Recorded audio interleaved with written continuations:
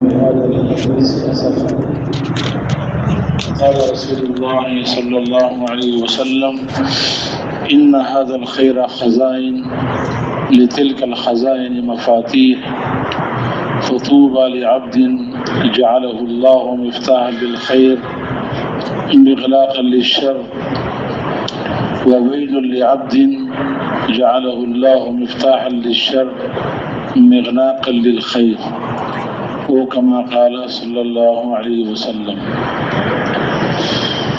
میرے محترم دوست اور بزرگوں،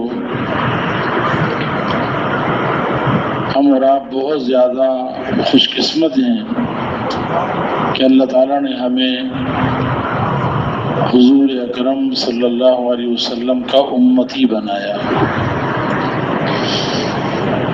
یہ بہت بڑا شرف بھی ہے اور بہت بڑی ذمہ داری بھی ہے۔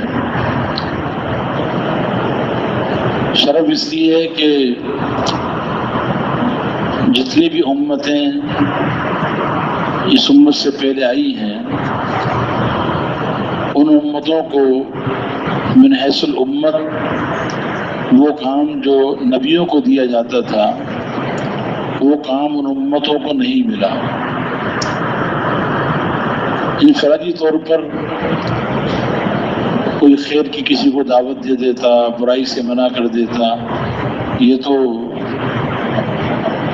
پہلے امتیں بھی کرتی رہی ہیں، لیکن اس امت کو من حیث الامت نبیوں والا کام ملا، اور حضور اکرم صلی اللہ علیہ وسلم کی ختم نبوت کی برکت سے اللہ تعالیٰ نے اس امت کو یہ دعوت والی محنت عطا فرمائی، اور یہی وہ کام ہے اور وہ محنت ہے جس کی وجہ سے اللہ تعالیٰ نے اس امت کو ساری امتوں میں افضل اور اشرف اور خیر امت قرار دیا۔ کنتم خیر امت اخرجت للناس تأمرون بالمعروف وتنہون عن المنکر وتؤمنون باللہ۔ اے امت محمدیہ، تم ساری امتوں میں سب سے زیادہ بہتر ہو، سب سے زیادہ افضل ہو، سب سے زیادہ اشرف اور اعلیٰ ہو۔ اور یہ کنتم کا جو لفظ ہے یہ اس بات کی طرف اشارہ کر رہا ہے کہ اللہ کے علم ازلی کے اندر تمہارے بارے میں یہ فیصلہ ہو چکا تھا۔ تم دنیا میں نہیں آئے تھے، اس سے پہلے ہی تمہارے بارے میں فیصلہ ہو چکا تھا کہ تم ساری امتوں میں افضل ہو۔ اس لیے انتم نہیں کہا بلکہ کنتم کہا، کہ اللہ کے علم ازلی کے اندر سے ہی تم ساری امتوں میں بہتر ہو۔ اور اس بہتری کی وجہ کیا ہے؟ اخرجت للناس، تمہیں ساری دنیا کے انسانوں کے لیے نکالا گیا ہے۔ تمہیں تمہاری ماؤں کے پیٹوں سے ساری انسانیت کی خیر خواہی اور ہمدردی اور ان کو نفع پہنچانے کے لیے تمہیں پیدا کیا گیا ہے۔ اور وہ نفع کیا ہے کہ تأمرون بالمعروف، تم معروف نیکیوں کو پھیلانے کا کام کرو گے، وتنہون عن المنکر، اور برائی سے لوگوں کو روکو گے۔ اللہ کی پسندیدہ زندگی دنیا میں عام کرنے کی محنت کرو گے، اور جو زندگی اللہ کو پسند نہیں ہے اس کو دنیا کے اندر سے ختم کرنے کی محنت کرو، اور اللہ پر ایمان رکھو گے۔ تمہارا یہ کام ہے۔ اس امت کو اللہ تعالیٰ نے یہ بہت بڑا کام، بہت بڑی ذمہ داری اللہ تعالیٰ نے عطا فرمائی ہے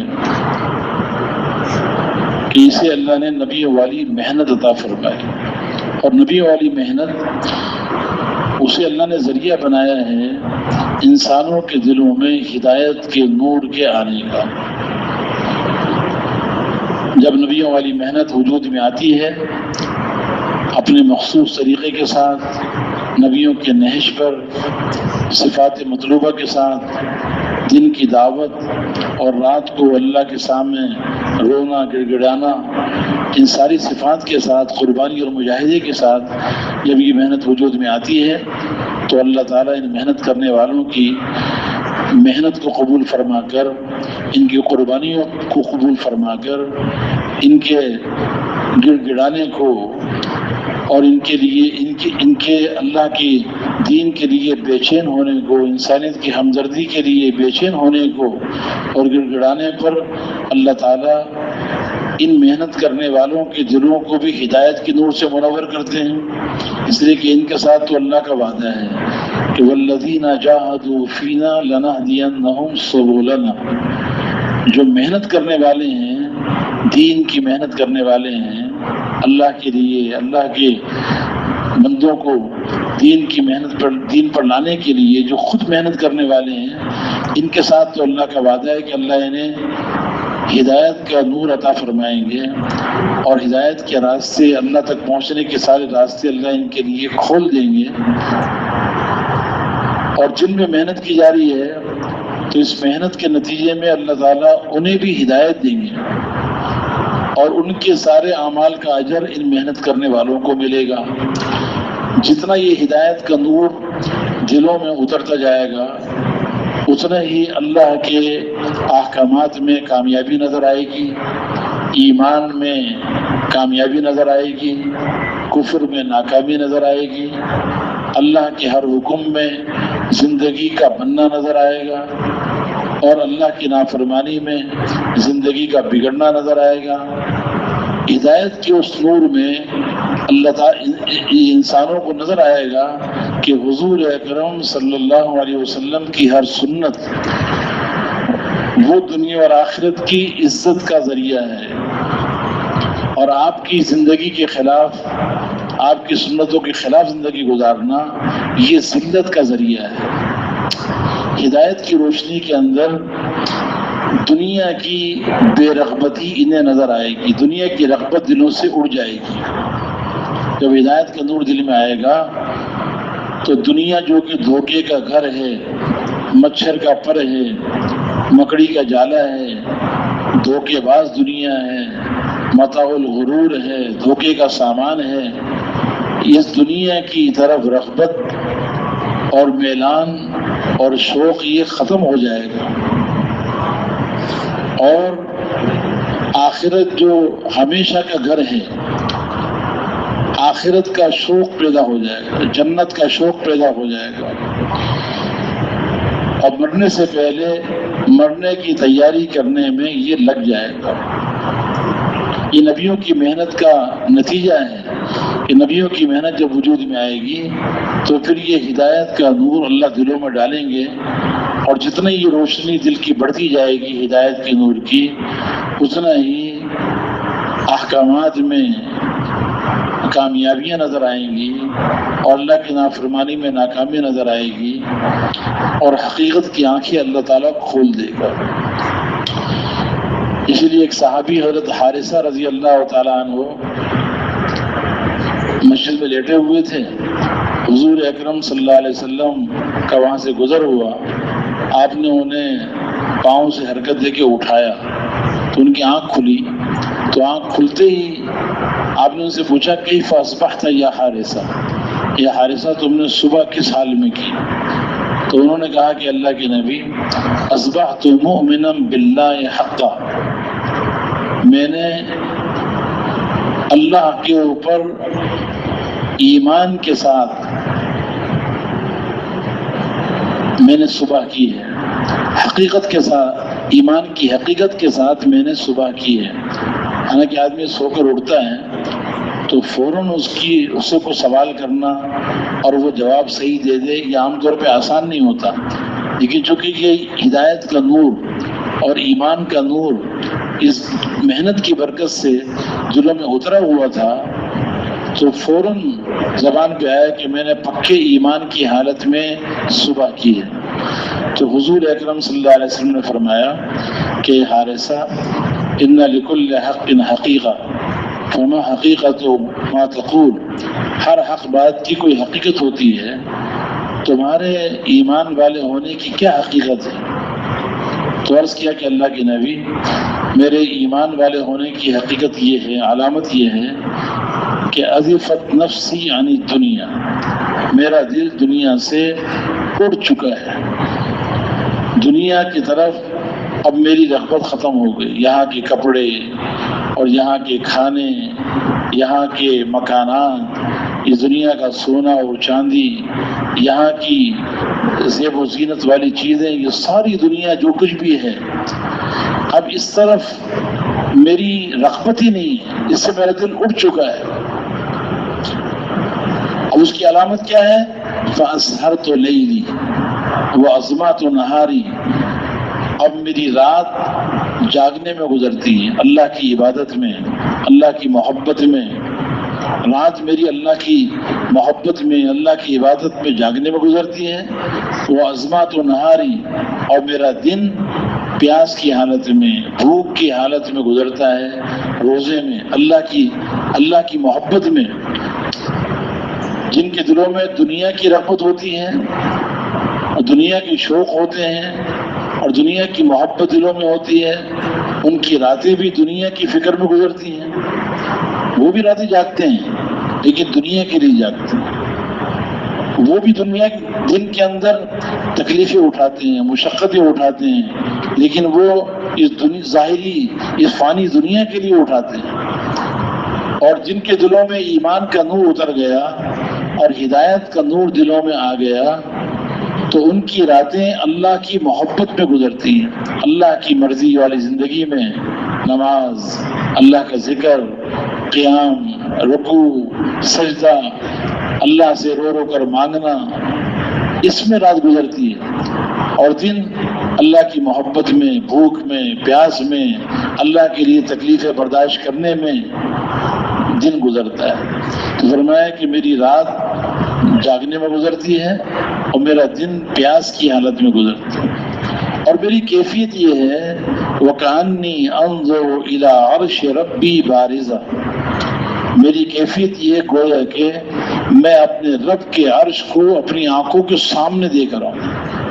اللہ کا عرش تو غیب میں ہے، لیکن یہ ایمان کا ایک مقام ہے کہ غیب بھی مشاہدے سے زیادہ اس پر یقین ہو، کہ میں اپنے رب کے عرش کو اپنی آنکھوں کے سامنے دیکھتا ہوں۔ وَإِلَىٰ أَهْلِ الْجَنَّةِ يَتَزَاوَرُونَ فِيهَا، اور جنت والوں کو گویا کہ میں دیکھ رہا ہوں کہ جنت والے آپس میں ایک دوسرے کی زیارت کر رہے ہیں، ایک دوسرے سے ملاقاتیں کر رہے ہیں۔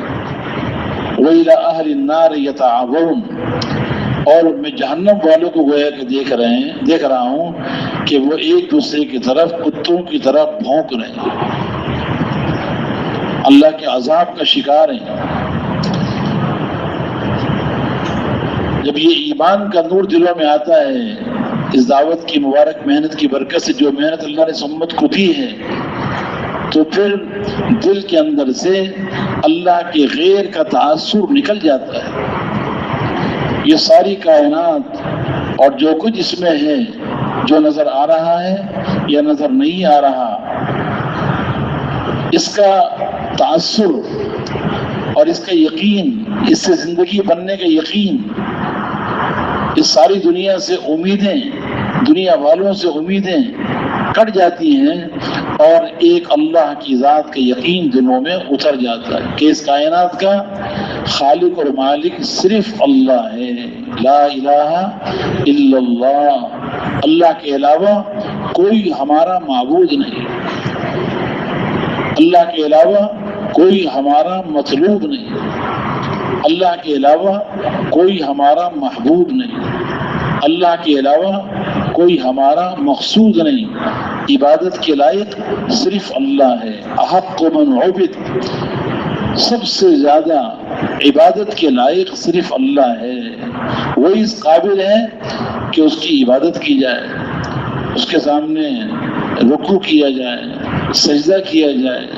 اس کے سامنے عاجزی کا اظہار کیا جائے، تذلل کا اظہار کیا جائے، اس کے سامنے اپنی پیشانی کو زمین پر رگڑا جائے، وہی اس قابل ہے کہ اس کے حکموں کو پورا کیا جائے، اس کی منشا کو دیکھ کے زندگی گزاری جائے۔ احق من عبد،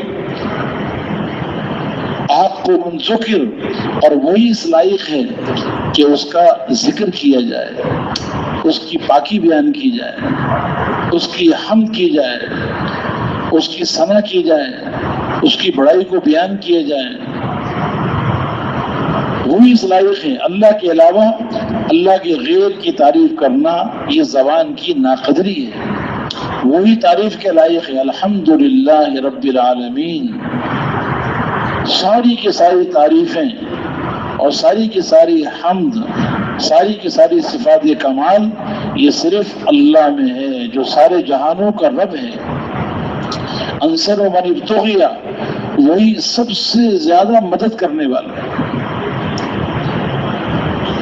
اور ارفع من ملک، بادشاہوں میں سب سے زیادہ مدد کرنے والا بھی وہی ہے اور سب سے زیادہ محبت کرنے والا بھی وہی ہے۔ اللہ سے زیادہ کوئی محبت کرنے والا نہیں ہے، وہ سب سے زیادہ محبت کرنے والا ہے۔ اتنا اللہ محبت کرتا ہے اپنے بندوں سے، اتنا اللہ تعالیٰ مہربان ہے کہ حدیث پاک میں آتا ہے، حضور پاک علیہ السلام نے ارشاد فرمایا، ان للہ مئۃ رحمہ، بے شک اللہ کے پاس 100 رحمتیں ہیں، انزل منہا رحمتا واحدہ، ان 100 رحمتوں میں سے اللہ تعالیٰ نے ایک رحمت کو نازل کیا دنیا میں۔ اس ایک رحمت کا نتیجہ ہے فَبِهَا يَتَرَاحَمُونَ وَبِهَا يَتَعَاطَفُونَ وَبِهَا تَعْطِفُ الْوَحْشُ عَلَى وَلَدِهَا۔ اس ایک رحمت کا یہ کرشمہ ہے کہ ساری کی ساری مخلوقات آپس میں ایک دوسرے پر رحم کھاتے ہیں، ایک دوسرے کے ساتھ شفقت کا معاملہ کرتے ہیں، انسان بھی، جنات بھی، پرندے بھی، حیوانات بھی، یہاں تک کہ وحشی جانور، سانپ اور بچھو، شیر اور اژدہے، شیر اور چیتے، یہ وحشی جانور بھی اپنے بچے پر بڑے شفیق ہیں۔ یہ اس ایک رحمت کا نتیجہ ہے۔ اگر اللہ تعالیٰ وہ ایک رحمت نہ اتارتے تو کوئی باپ اپنے بچے سے محبت نہیں کرتا، کوئی بچہ اپنے ماں باپ سے محبت نہ کرتا۔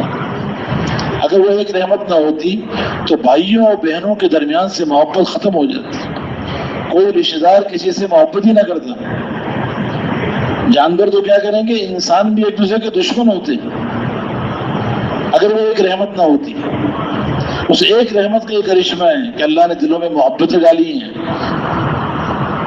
ماں باپ اور اولاد کے درمیان، بہن بھائیوں کے درمیان، رشتہ داروں کے درمیان، مختلف تعلقات کی بنیاد پہ اللہ نے محبتیں ڈال دی ہیں، بلکہ ہر انسان دوسرے انسان سے شفقت کا معاملہ کرتا ہے، کوئی کسی کی تکلیف کو دیکھنا گوارا نہیں کرتا۔ یہاں تک کہ پرندے بھی، چڑیا اپنے گھونسلوں سے نکلتی ہیں، اپنے بچوں کے لیے کچھ نہ کچھ لا کے ان کے چونچ میں ڈالتی ہیں۔ چڑیا ہے، کبوتر ہے، جتنے پرندے ہیں اپنے بچوں کا خیال کرتے ہیں، اللہ نے ان کے دل میں ان کے رحم ڈالا ہوا ہے۔ یہاں تک کہ وحشی جانور، سانپ ہے، چیتا ہے، بھیڑیا ہے، یہ بھی اپنے بچوں پر مہربان ہے۔ سانپ اور بچھو اپنے بچوں پر مہربان ہے، یہ اللہ کی اس ایک رحمت کا نتیجہ ہے۔ اور فرمایا کہ 99 رحمتیں اللہ نے اپنے پاس رکھی ہوئی ہیں، اور یہ 99 رحمتیں کل قیامت کے دن اللہ اپنے بندوں پہ ظاہر کرے گا۔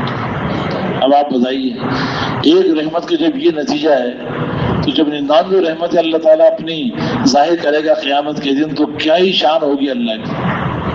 اور ارفع من ملک، وہ سب سے زیادہ محبت کرنے والا، اجود من سئل، سب سے زیادہ سخاوت کرنے والا، اللہ تعالیٰ سب سے بڑا سخی ہے۔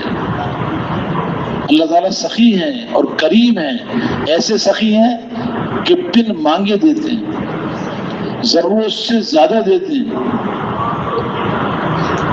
ایک ڈاکٹر نے بتایا کہ انسان کے جسم میں 2 گردے ہوتے ہیں نا، اگر ایک گردے کا چوتھائی حصہ صحیح ہو تب بھی انسان زندہ رہ سکتا ہے۔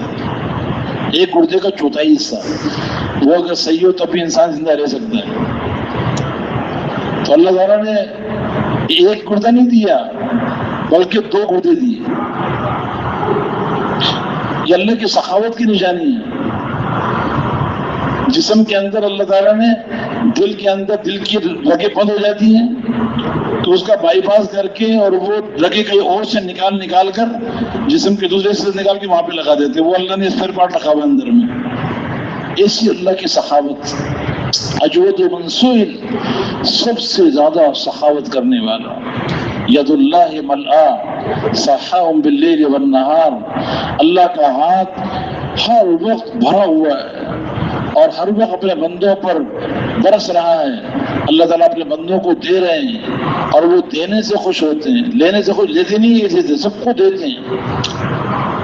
اتنے سخی ہیں اللہ تعالیٰ، اتنے سخی ہیں کہ حدیث قدسی میں آتا ہے اللہ تعالیٰ فرماتے ہیں کہ یا بن آدم انکا ما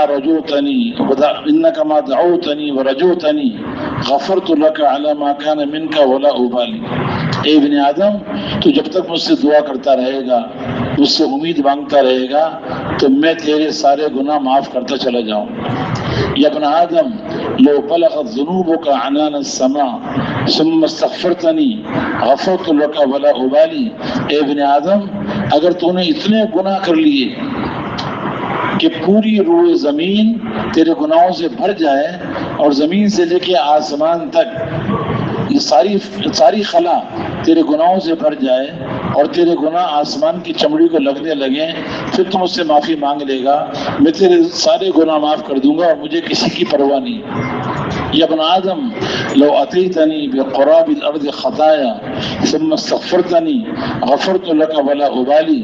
اے ابن آدم، اگر تو اتنے گناہ لے کر آئے کہ وہ گناہ ساری زمین سے بھر جائیں، ساری زمین ان سے بھر جائے اور تم مجھ سے آ کے معافی مانگ لے، میں تیرے سارے گناہ معاف کر دوں گا، مجھے کسی کی پرواہ نہیں. اللہ تعالیٰ کی سخاوت. اللہ تعالیٰ نعمتیں دے رہے ہیں. کتنی نعمت اللہ تعالیٰ دیتے ہیں پر بندوں کو. وَإِن تَعُدُّوا نِعْمَةَ اللَّهِ لَا تُحْصُوهَا. یہ اللہ تعالیٰ کا چیلنج ہے. اگر تم اللہ کی نعمتوں کو گننا چاہو گے تو گن نہیں سکتے.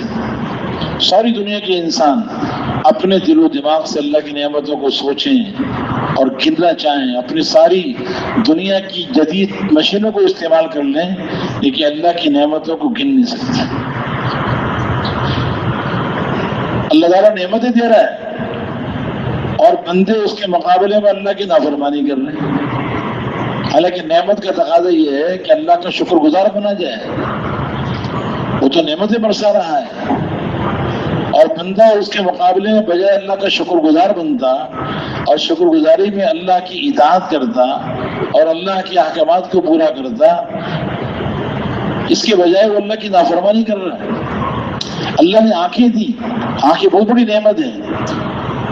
یہ آنکھوں کی نعمت اللہ نے اس لیے دی تھی کہ ان آنکھوں سے وہاں دیکھتا جہاں دیکھنے کا اللہ نے حکم دیا ہے. جہاں دیکھنے سے اللہ خوش ہوتے ہیں. قرآن کو دیکھنا عبادت، والدین کو دیکھنا محبت سے عبادت. تو جہاں دیکھنے کا اللہ نے حکم دیا ہے ان آنکھوں سے وہاں دیکھتا. لیکن یہ ان آنکھوں کی نعمت کا شکریہ یہی تھا کہ ان آنکھوں سے اللہ کی نافرمانی نہ کرتا، لیکن یہ اس کے باوجود اللہ کی نافرمانی کر رہا ہے، آنکھوں سے غلط دیکھ رہا ہے. کان اللہ کی بہت بڑی نعمت ہے. اس کی قدر یہ تھی، اس کا شکر یہ تھا کہ ان کانوں سے اللہ کی نافرمانی نہ کرتا، لیکن یہ کان سے بھی اللہ کی نافرمانی کر رہا ہے. زبان کتنی بڑی نعمت ہے. اس نعمت کا شکر یہ تھا کہ اس نعمت سے کوئی بول اللہ کی نافرمانی کے نہ بولتا، لیکن یہ اس اللہ کی دی ہوئی نعمت سے ہی اللہ کو ناراض کر رہا ہے. اللہ کے دیے ہوئے ہاتھوں کی نعمت سے اللہ کی نافرمانی کر رہا ہے، پاؤں سے اللہ کی نافرمانی کر رہا ہے، اپنے دماغ سے اللہ کی چاہت کے خلاف سوچ رہا ہے. تو اللہ کی نعمتوں کے مقابلے میں بجائے شکر کے، اطاعت کے، یہ اللہ کی نافرمانی کر رہا ہے. لیکن اللہ تعالیٰ اتنے مہربان اور اتنے سخی ہیں کہ اس کے باوجود بھی اللہ تعالیٰ ان نعمتوں کو چھین نہیں رہے. اللہ تعالیٰ نعمتوں کو چھینتے نہیں. تتمقت الیک بالمعاصی. اے ابن آدم، میں تجھ پہ انعامات کرتا ہوں اور تو ان نعمتوں کے مقابلے میں میری نافرمانی کر کے اپنی مجھ سے ناراضگی کا اظہار کرتا ہے. اللہ تعالیٰ پھر بھی دیے جا رہے ہیں. اللہ کی طرف سے خیر آ رہی ہے اور بندے کی طرف سے شر اور برائی اللہ کی طرف جا رہی ہے. اتنے بڑے محسن کے ساتھ یہ معاملہ کرنا یہ کتنی بڑی محرومی کی بات ہے. تو اللہ تعالیٰ بہت بڑے سخی ہیں. اجود من سئل اوسع من اعطى، سب سے زیادہ وسیع عطا کرنے والا اللہ ہے. وہ ایسا بادشاہ اس کا کوئی شریک نہیں، الملک لا شریک له، اور ایسا تنہا بادشاہ کہ اس کا کوئی مقابل نہیں، الفرد لا ند له. تو جب ایمان دلوں میں اترے گا تو پھر اللہ کی قدرت اور طاقت اور اللہ کی بڑائی اس کا یقین دلوں میں آئے گا. اور جتنا اللہ کا غیر ہے اس غیر کا یقین دلوں سے نکلے گا اور اس غیر کا تاثر دلوں کے اندر سے نکلے گا. پھر اسے سب کچھ اللہ کے ہاتھ میں نظر آئے گا. یہ ایمان کے نور کی علامت ہے، ہدایت کے نور کی علامت ہے کہ جب یہ دلوں میں اتر جائے گا ایمان کا نور جتنا کامل ہوتا جائے گا اتنا ہی اسے سب کچھ اللہ کے ہاتھ میں نظر آئے. کہ کرنے والا کون ہے؟ اللہ ہے. اس ساری کائنات کا بنانے والا کون ہے؟ یہ ساری کائنات کا پیدا کرنے والا، زمین، آسمان، سورج اور چاند اور ستارے اور سمندر اور درخت اور درختوں میں ٹہنیاں، ٹہنیوں میں پتے اور ان ٹہنیوں میں پھل، ان پھلوں میں رنگ اور اس کے اندر ذائقہ اور اس میں رس، یہ بھرنے والا کون ہے؟ یہ اکیلا اللہ ہے. اور وہی اللہ جس نے یہ کائنات ساری بنائی ہے وہی اللہ سارے حالات کا بنانے والا ہے. کامیابی اور ناکامی اللہ کے قبضے میں ہے. عزت و ذلت کا مالک اکیلا اللہ ہے. نفع و نقصان کا مالک اکیلا اللہ ہے. قل اللہم مالک الملک تؤتی الملک من تشاء وتنزع الملک ممن تشاء وتعز من تشاء وتذل من تشاء بیدک الخیر انک علی کل شیء قدیر. آپ کہہ دیجئے کہ اللہ تو یہ سارے ملک کا مالک ہے، اس ساری کائنات کا مالک، اور اس پہ قبضہ صرف تیرا ہے. تو الملک من تشاء، تو جسے چاہے بادشاہت کی کرسی پہ بٹھا دے. وتنزع الملک ممن تشاء، جس سے چاہے بادشاہت کو چھین لے. وتعز من تشاء، جسے چاہے عزت کی چوٹی پہ پہنچا دے. وتذل من تشاء، اور جسے چاہے ذلیل کر کے دکھا دے. ساری خیریں تیرے ہاتھ میں ہیں، تو ہر چیز پر قدرت رکھنے والا ہے. تولج اللیل فی النہار، تو رات کو دن میں داخل کرنے والا اور دن کو رات میں داخل کرنے والا اور زندہ کو مردہ سے نکالنے والا اور مردہ کو زندہ سے نکالنے والا، یہ تو اکیلا اللہ ہے. ما یفتح اللہ للناس من رحمہ فلا ممسک لها، تو اللہ جس کے لیے رحمت کا دروازہ کھول دے، جس کے اللہ تعالیٰ کام بنانا چاہیں اور اس کے مسائل کو حل کرنا چاہیں، اس کے لیے آسانی کا معاملہ کرنا چاہیں، رحمت کا دروازہ کھولنا چاہیں، اس سے کوئی بند نہیں کر سکتا.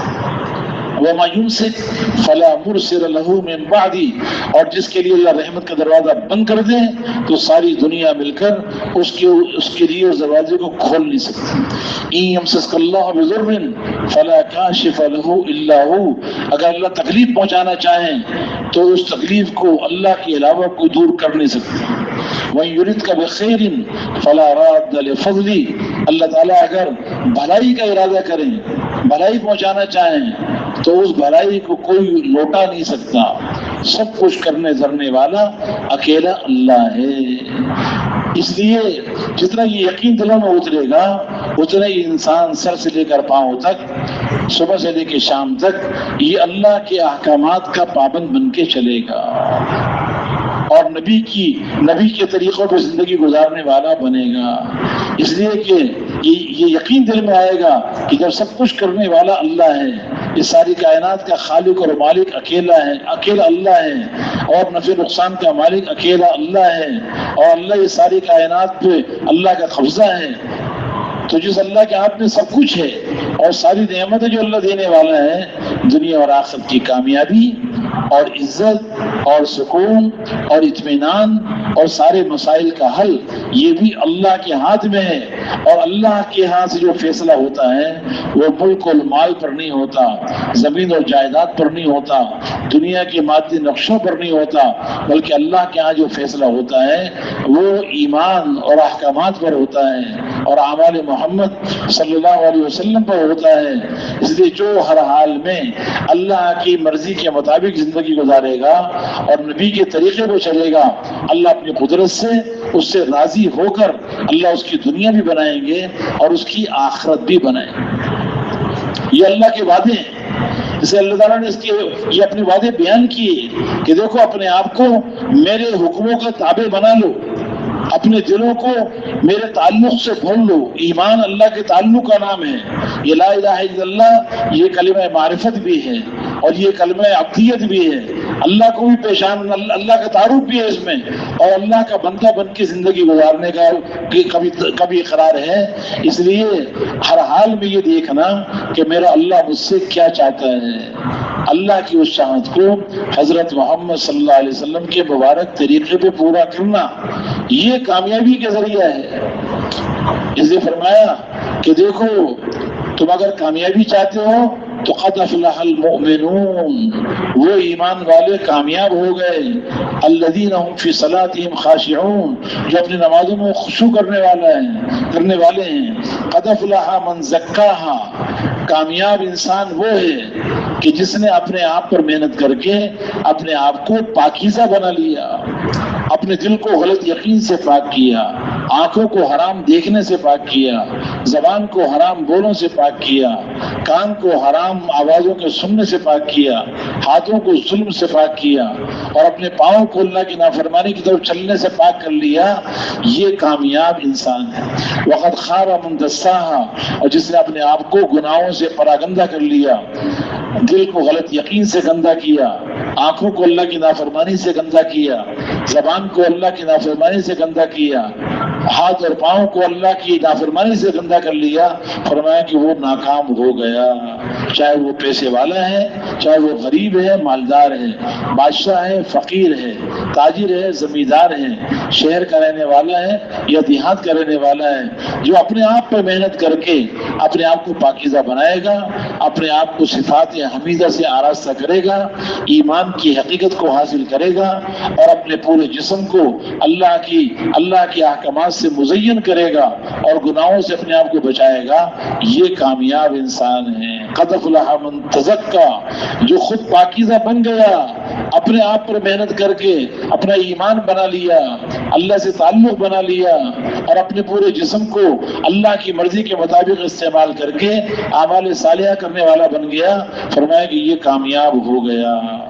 اب اگر یہ ہم سے اس ایسے انسان کو ہم دل کا اطمینان بھی دیں گے, الذین آمنوا وتطمئن قلوبهم بذکر اللہ, الا بذکر اللہ تطمئن القلوب, ایسے ایمان والوں کو جو اللہ کی مرضی اور چاہت کے مطابق ہر حال میں اللہ کے حکموں کو پورا کرنے والے ہیں, ان کے دلوں کو اندر اللہ اطمینان کو بھر دے گا.